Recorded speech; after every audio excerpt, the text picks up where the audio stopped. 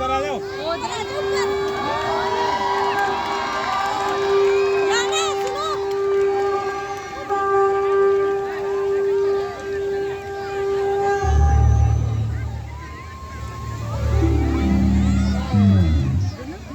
भारत हूँ, यहाँ पधारे समस्त आगंतुकों का हार्दिक स्वागत है। भारत में आदिकाल की विलुप्त हो रही ऋषि परंपरा का पुनरुत्थान की गाथा वेदवाणी से प्रारंभ करने की चेष्टा की गई है।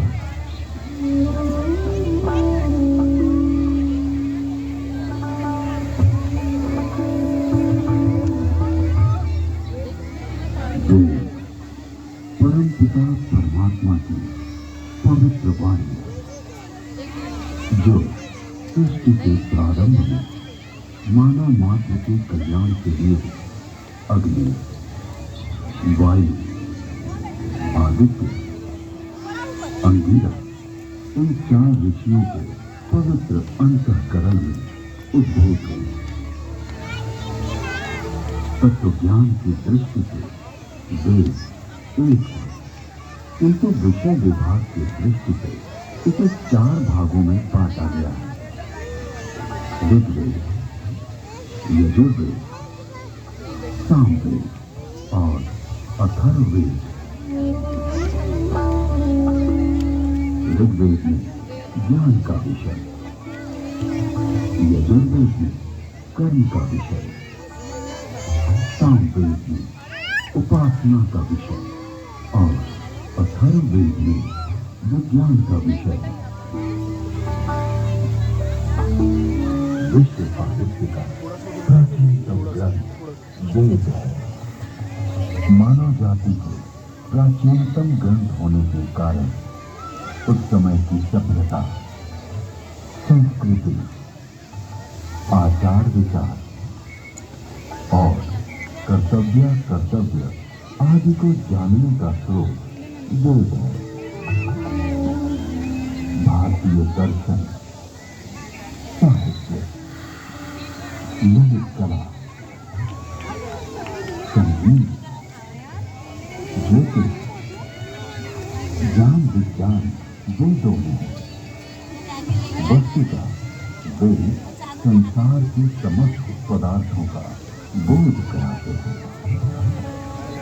वेद के भाष्यकार आचार्य सायर कहते हैं, ईश की प्राप्ति एवं अनिष्ट के परिहार के अलौकिक उपाय को बतलाने वाले ग्रंथ वेद हैं। सबके द्वारा पूजनीय और यजनीय परमात्मा से ऋग्वेद, यजुर्वेद, सामवेद और अथर्ववेद प्रकट हुए। ऋग्वेद की मंत्र दस्ता ये छंदांश जुगे तस्मात् युजुस्त मा विचारत। ऋग्वेद जिसके द्वारा विभिन्न देवताओं की स्तुति की जाती उसे ऋग कहते हैं। ऋच्यते सूयते अन्य इति ऋग। इस प्रकार की ऋचाओं के संग्रह का नाम ऋग्वेद है। ऋग्वेद विश्व साहित्य का प्राचीनतम ग्रंथ है। ऋग्वेद में 10 मंडलों में 1028 सूक्त में 10,600 मंत्र हैं।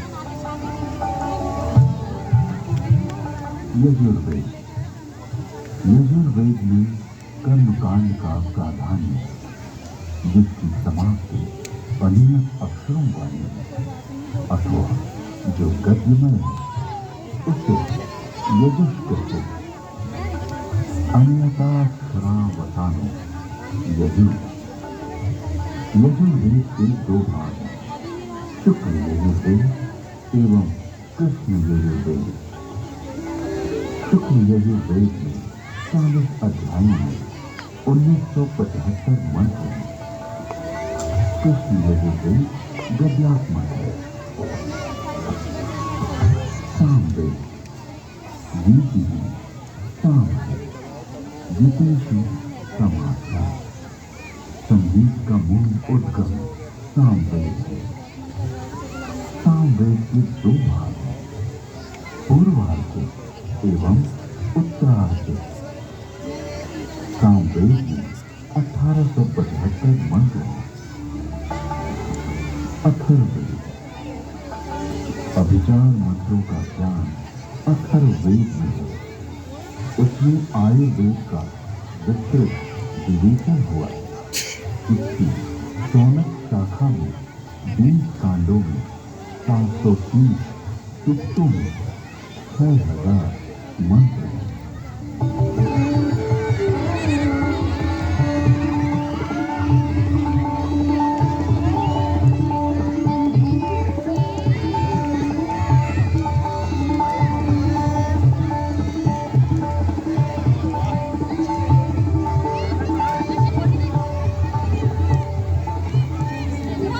प्राचीन काल में वेद श्रुति परंपरा से अक्षुण्ण रहे। वैदिक ऋषियों ने वेदों को कंठस्थ किया और अपने शिष्यों को इसका श्रवण कराया। शिष्यों ने सुनकर वेदों को कंठस्थ किया और उन्होंने अपने शिष्यों को सुनाकर कंठस्थ कराया। इस प्रकार श्रुति परंपरा से वेद अक्षुण्ण बने रहे। वेदों में किसी भी प्रकार की मिलावट न हो सके, इसके लिए वैदिक ऋषियों ने विकृति पाठों का निर्माण किया। वेदों में मंत्र दृष्टा ऋषियों का उल्लेख है, जिन्होंने मंत्रों का साक्षात्कार किया। इस परंपरा में सप्त ऋषियों का विशेष महत्व बतलाया गया है। सप्त ऋषियों का वैशिष्ट्य उपनिषद एवं पुराणों में मिलता है। ये 7 ऋषि हैं: वशिष्ठ, विश्वामित्र, जमदग्नि, भारद्वाज, अत्रि, गौतम, अगस्त्य। वेदों में अनेक ऋषिकाओं का भी उल्लेख है। ऋषियों की परंपरा का अनुपालन करने वाले ऋषियों ने भी उन्हीं नामों को धारण किया।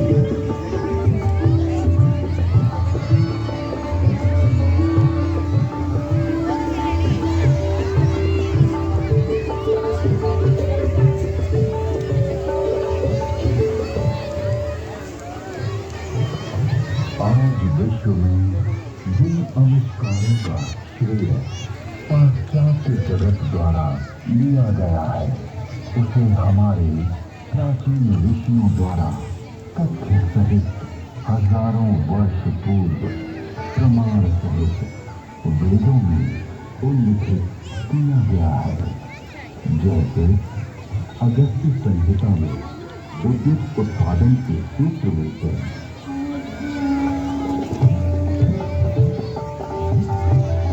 एक मिट्टी का पात्र लें, उसमें ताम्र पट्टिका, कॉपर की दाने तथा शुद्ध नीवा कॉपर सल्फेट डालें। फिर बीच में गीली कांच 500 व सॉल्डर लगाएं।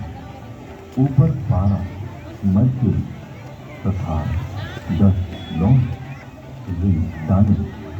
फिर तारों को मिलाएंगे तो उससे मित्रा वरुण शक्ति इलेक्ट्रिसिटी का उदय होगा। अगस्त्य संहिता में विद्युत का उपयोग इलेक्ट्रोप्लेटिंग के लिए करने का भी विवरण मिलता है।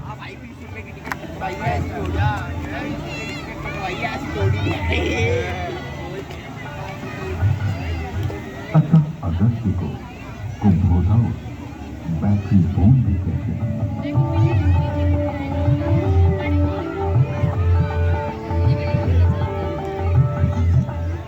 तो कुंभो तकनीक तथा श्रृंखला में जोड़े गए 100 सेलों की शक्ति का पानी पर प्रयोग करेंगे तो पानी अपने रूप को बदलकर प्राणवायु, ऑक्सीजन तथा उड़ान वायु, हाइड्रोजन में परिवर्तित हो जाएगा।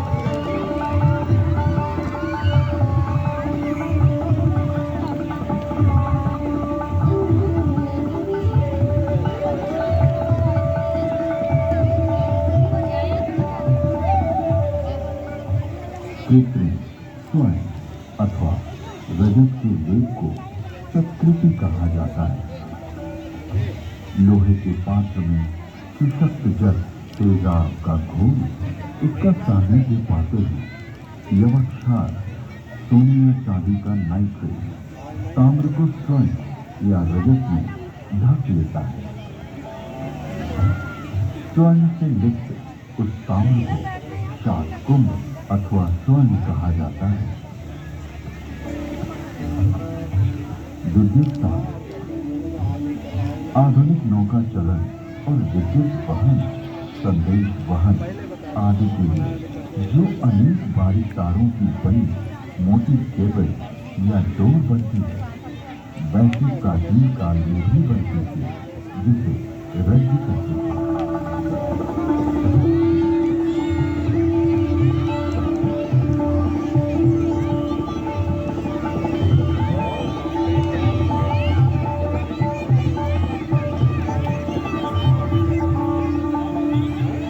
तारों का सूत्र बनता है। 9 सूत्रों का एक गुण, 9 गुणों का एक पाश, 9 पाशों से एक रश्मि और 9 8 7 या 6 रज्जु रश्मि मिलाकर एक रज्जु बनती है। आकाश में उड़ने वाले गर्म गुब्बारे, इसके अलावा अगस्त्य मुनि ने गुब्बारों को आकाश में उड़ाने और विमान को संचालित करने की तकनीक का भी उल्लेख किया है।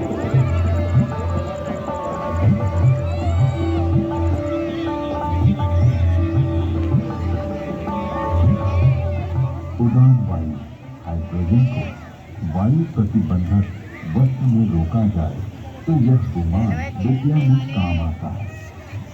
यानी वस्त्र में हाइड्रोजन पक्का बांध दिया जाए तो उसमें आकाश में उड़ा जा सकता है।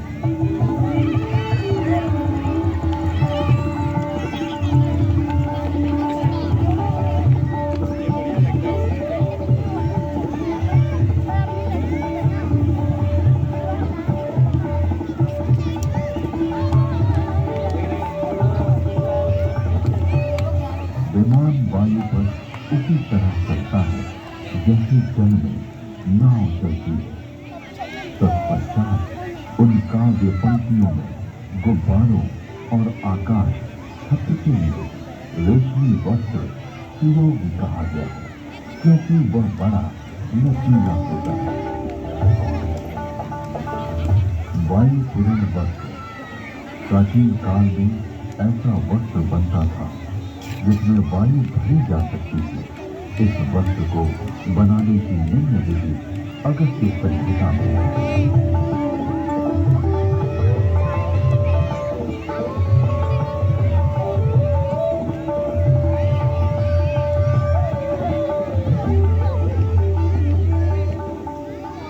पृथ्वी का सूर्य की परिक्रमा करने का वर्णन ऋग्वेद, यजुर्वेद और अथर्ववेद के मंत्रों में मिलता है।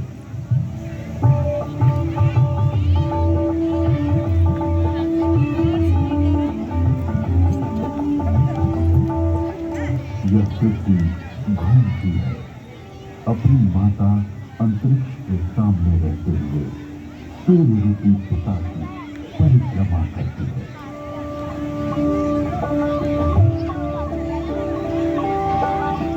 पृथ्वी, शक, सूर्य, कृष्ण की प्रदक्षिणा करती है।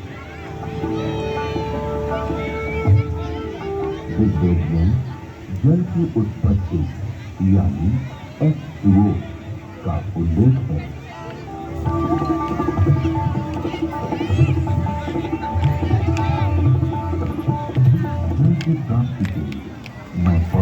ऊर्जा एनर्जी वाले मित्र ऑक्सीजन और दोषों को नष्ट करने वाले वरुण हाइड्रोजन को ग्रहण करता है।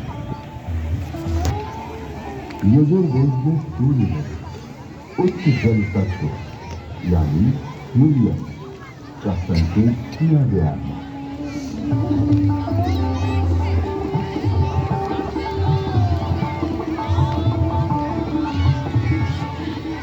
उच्च शक्ति से युक्त हाइड्रोजन जो कि हीलियम के रूप में है सूर्य में है। सूर्य के चारों ओर गैसों के समूह का उल्लेख ऋग्वेद में है।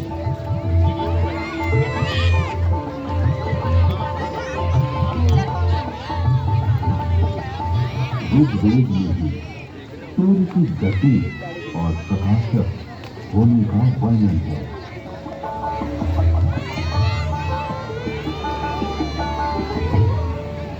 हे सूर्य, तो ऐसे वेग से जो कि मनुष्य के ज्ञान से बाहर है, सबको दिखाई देता हुआ सदा चलता रहता है।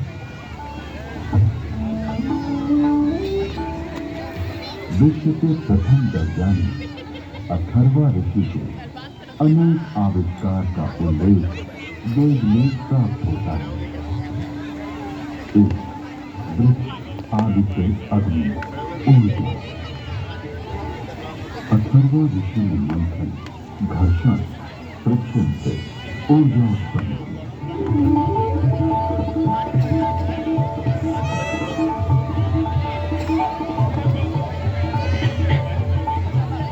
अरण्य नामक वृक्ष की लकड़ी में अग्नि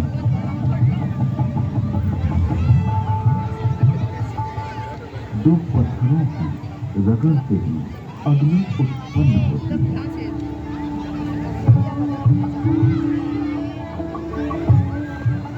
दूसरा, जल मंथन से अग्नि हाइड्रो इलेक्ट्रिक हाइडल। अथर्वा ऋषि ने तालाब के जल से मंथन फ्रिक्शन के द्वारा जलीय विद्युत हाइडल का आविष्कार किया।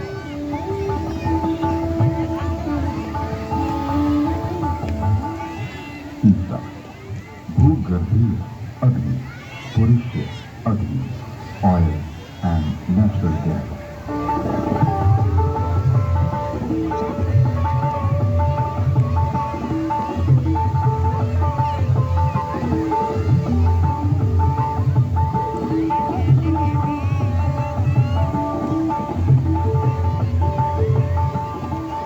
अथर्ववेद में सूर्य से पदार्थों के प्रकाशित होने अर्थात वर्ण कलर प्राप्त होने का वर्णन है।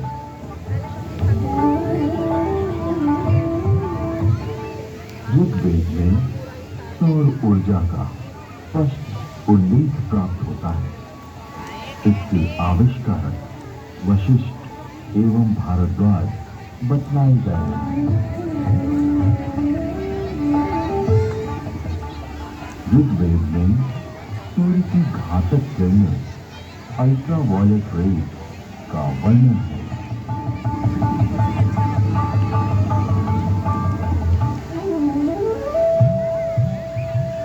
ऋग्वेद और अथर्ववेद में ओजोन परत यानी ओजोन लेयर का वर्णन है।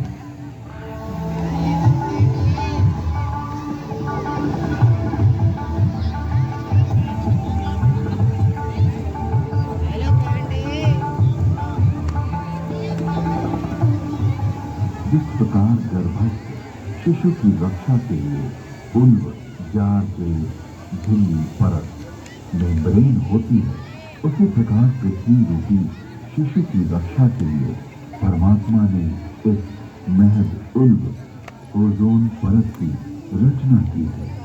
ये स्थूल रूप वाला है। इसका स्वरूप स्वर्ण के समान दिव्य आभामय है।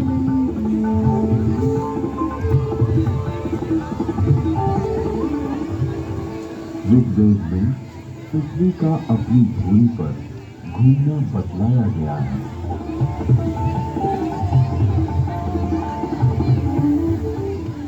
पृथ्वी की 7 परतों यानी स्ट्रेटा का उल्लेख ऋग्वेद में है।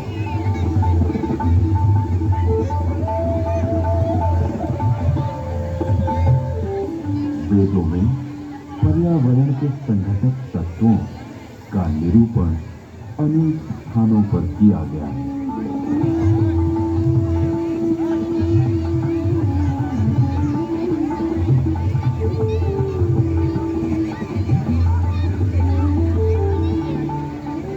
जल,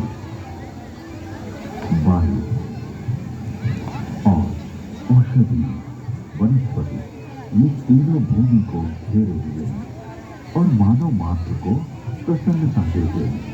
अतः इन्हें छंद कहा गया है। इनके नाम और रूप अनेक हैं, अतः इन्हें पूर्व रूपम कहा गया। लोक को ये तत्व जीवन रक्षा के लिए दिए गए हैं।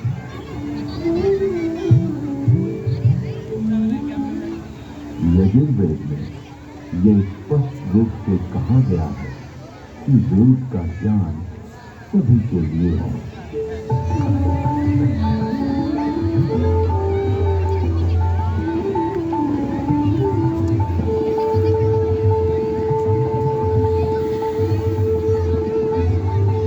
मैं कल्याणकारिणी वेदों की वाणी ब्राह्मण, क्षत्रिय, वैश्य, शूद्र, बल्कि अति शूद्र आदि सभी लोगों के लिए देता हूँ। इसलिए अपने बीच किसी को भी असमान न समझो, किंतु सभी विद्वानों के प्रिय बनने और सभी लोगों को दान देने का यत्न करो और सदा सभी की समृद्धि की कामना करो।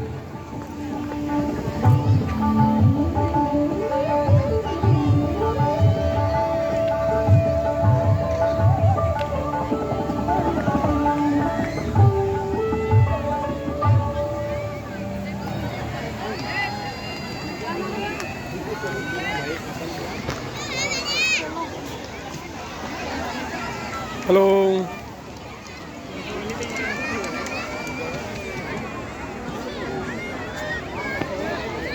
काका खा ले कॉटन कैंडी। कॉटन कैंडी पानी पी रहे हो?